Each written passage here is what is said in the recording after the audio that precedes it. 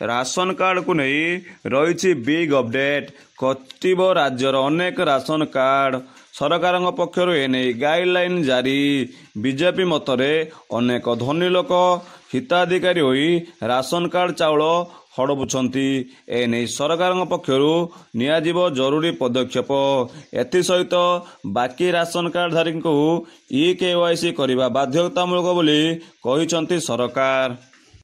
परवर्ती खबर हेउची स्वाधीनता दिवस अवसर में उच्च शिक्षा मंत्री बड़ घोषणा राज्य थिबा समस्त युक्त 2 और युक्त 3 महाविद्यालय अलगा हेबो एने राज्य सरकार उच्च शिक्षा विभाग तरफ निष्पत्ति निया जायछि।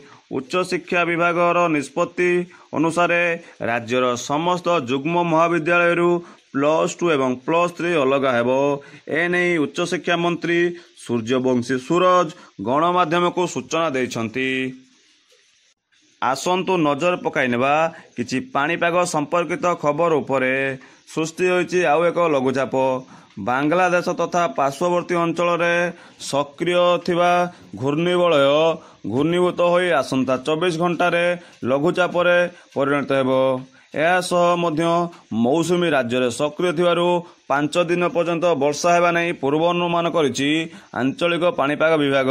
एसहित 18टी जिला को वर्षा नहीं सतर्क कराइछि सेगुड़िक है भद्रक जाजपुर बालेश्वर केन्दुझर पुरी मयूरभंज अनुगुल सुंदरगढ़ ढेंकानाल गंजाम नवरंगपुर कोरापुट एवं मालकानगिरी बोली सूचना रहुछि। परवर्ती खबर हेउची सुप्रीमकोर्ट गुरुत्वपूर्ण राय ओडिशा पाइब 1 लाख कोटी टंका 2005 रु पिछला भावे लागू हेब शेष बोली सूचना रहुछि। झील मानक भविष्यत को सुरक्षा तथा सेमानंको सामाजिक क्षेत्र में सुरक्षा जोगाई देबा पई सरकार अनेक समय अनेक योजना कार्यकारी कर आसुछंती। केउं वर्गर महिला माने एही योजना लाभ उठावे आसंतु जानिबा। एही योजना माध्यम झीलटीए प्रथम श्रेणी पढ़िया मात्रे सरकार 4000 टंका देउछंती। सेहिपरि षष्ठ श्रेणी पढ़िया मात्रे 6000 टंका जोगाई देउछंती सरकार। एही योजना रे 1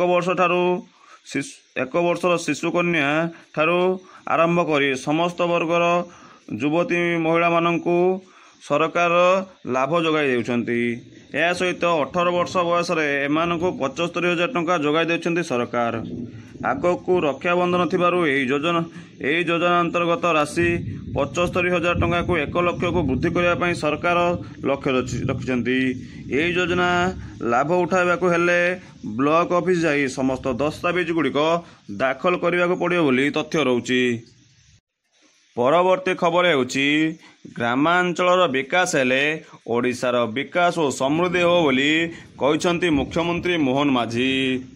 निर्वाचन को 2 मास पूरी थालिथिबा बेले पुणी गाँ गाँ रे राजनीति बीजेपी को घेरिबो बीजेडी लोकमानंक मध्य आनिबो सचेतन भत्ता को नहीं लोकों को करिबो सचेतन प्रति गाँ रे बीजेपी सरकार को विरोध में गर्जीब बीजेडी।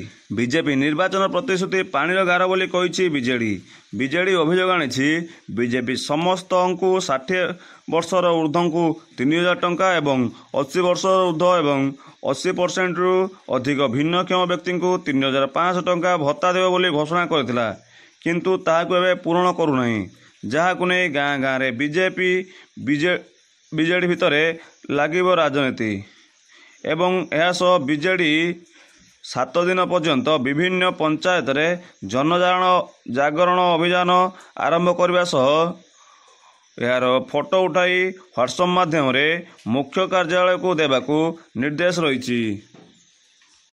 आईएएस चाकरी स्वेच्छाकृत भाव अवसर नहीं तथा ओडिशा सरकार पूर्वतन 5T सचिव VK पांडियन विरोध में संगीन अभियोग कैपिटाल थाना VK पांडियन नाम एफआईआर आईनजीवी तथा सूचना अधिकारी कर्मी सुधीर चरण महांती एतला देइछंती। श्री महांती कैपिटाल थाना पहुंची VK पांडियन राजस्व कोटी कोटी टंका खर्च करिसंती प्राय 300 कोटी अधिक खर्च करिसंती। खଣି माफिया जमी माफिया और पानी माफिया ठारू कोटी टंका आनी खर्च करथिले पांड्यान पई देश पछकु जाइछि एहीपरि श्री महांती कहिसंती। କେମିତି ଚାର୍ଟାର୍ଡ ବିମାନରେ ବୁଲୁଥିଲେ ତାର କୌଣସି ତଥ୍ୟ ନଥିଲା ସରକାରଙ୍କ ପାଖରେ ବୋଲି କହିଛନ୍ତି। ଏଥିସହିତ ସେ ସରକାରଙ୍କୁ ନିବେଦନ କରିଛନ୍ତି କି ତାଙ୍କ ବିରୋଧରେ କୌଣସି ତଦନ୍ତମୂଳକ କାର୍ଯ୍ୟାନୁଷ୍ଠାନ ହେଉ। ରାଜ୍ୟରେ ଆଳୁ ସମସ୍ୟା ଲାଗି ରହିଥିବା ବେଳେ ସାମ୍ନାକୁ ଆସିଛି ଆଳୁ ବେପାରୀଙ୍କ ଦୁର୍ଦ୍ଦଶା। କେବଳ ଓଡ଼ିଶାବାସୀଙ୍କୁ ଆଳୁ ସମସ୍ୟାରେ ପଡ଼ିନାହାନ୍ତି, ପଶ୍ଚିମବଙ୍ଗରେ ବି ଆଳୁ ବେପାରୀ କ୍ଷତି ସହୁଛନ୍ତି। ସେମାନେ ଏବେ ସରକାରଙ୍କ ବିରୋଧରେ ଆନ୍ଦୋଳନକୁ ଓହ୍ଲାଇବେ ବୋଲି କହିଛନ୍ତି।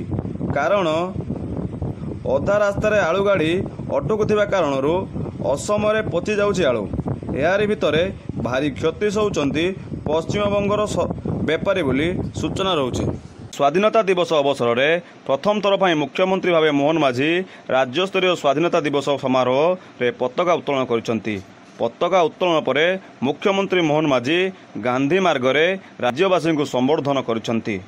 ଏହି ସମାରୋହରେ ଓଡ଼ିଶାର ବୀର ସ୍ୱାଧୀନତା ସଂଗ୍ରାମୀମାନଙ୍କୁ ଶ୍ରଦ୍ଧାଞ୍ଜଳି ଜଣାଇଛନ୍ତି।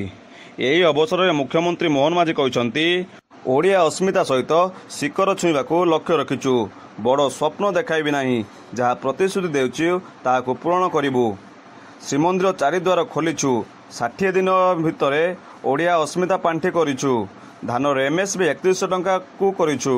ସୁଭଦ୍ରା ଯୋଜନା ପାଇଁ ତାରିଖ ଘୋଷଣା କରାସରିଛି। ଏଥିସହିତ 1.5 ଲକ୍ଷ ପଦବୀ ପୂରଣ କରିବା ପାଇଁ ମଧ୍ୟ ଲକ୍ଷ୍ୟ ରଖାଯାଇଛି। 5 ବର୍ଷ ମଧ୍ୟରେ 500 ଆଦିବାସୀ ଗ୍ରାମକୁ ବିକଶିତ କରିବା ପାଇଁ ମଧ୍ୟ ଲକ୍ଷ୍ୟ ରଖାଯାଇଛି ବୋଲି ମୋହନ ମାଝୀ କହିଛନ୍ତି। ପରବର୍ତ୍ତୀ ଖବର ହେଉଛି ଚାଷୀମାନଙ୍କ ପାଇଁ ବଡ଼ ଘୋଷଣା। ରାଜ୍ୟରେ କାର୍ଯ୍ୟକାରୀ ହେବ ସିଏମ୍ କିଷାନ। ସିଏମ୍ କିଷାନର କିସ୍ତି ଖୁବ୍ ଶୀଘ୍ର ଚାଷୀମାନଙ୍କ ଖାତାକୁ ଆସିବାକୁ ଯାଉଛି। ସରକାର ଘୋଷଣା କରିଛନ୍ତି କି ନୂଆଖାଇ ଅବସରରେ ମିଳିବ ସିଏମ୍ କିଷାନର ଇନଷ୍ଟଲମେଣ୍ଟ ବୋଲି ସୂଚନା ରହୁଛି। ପରବର୍ତ୍ତୀ ଖବର ହେଉଛି ଆଳୁ ପାଇଁ ହନ୍ତସନ୍ତ ହେଉଥିବା ରାଜ୍ୟବାସୀଙ୍କୁ ମିଳୁନାହିଁ ଆଶ୍ୱସ୍ତି। ପଶ୍ଚିମବଙ୍ଗରେ ଆଳୁ ପଚି ସଢ଼ି ଯାଉଥିବା ବେଳେ ଓଡ଼ିଶାରେ ଖାଉଟି ହନ୍ତସନ୍ତ।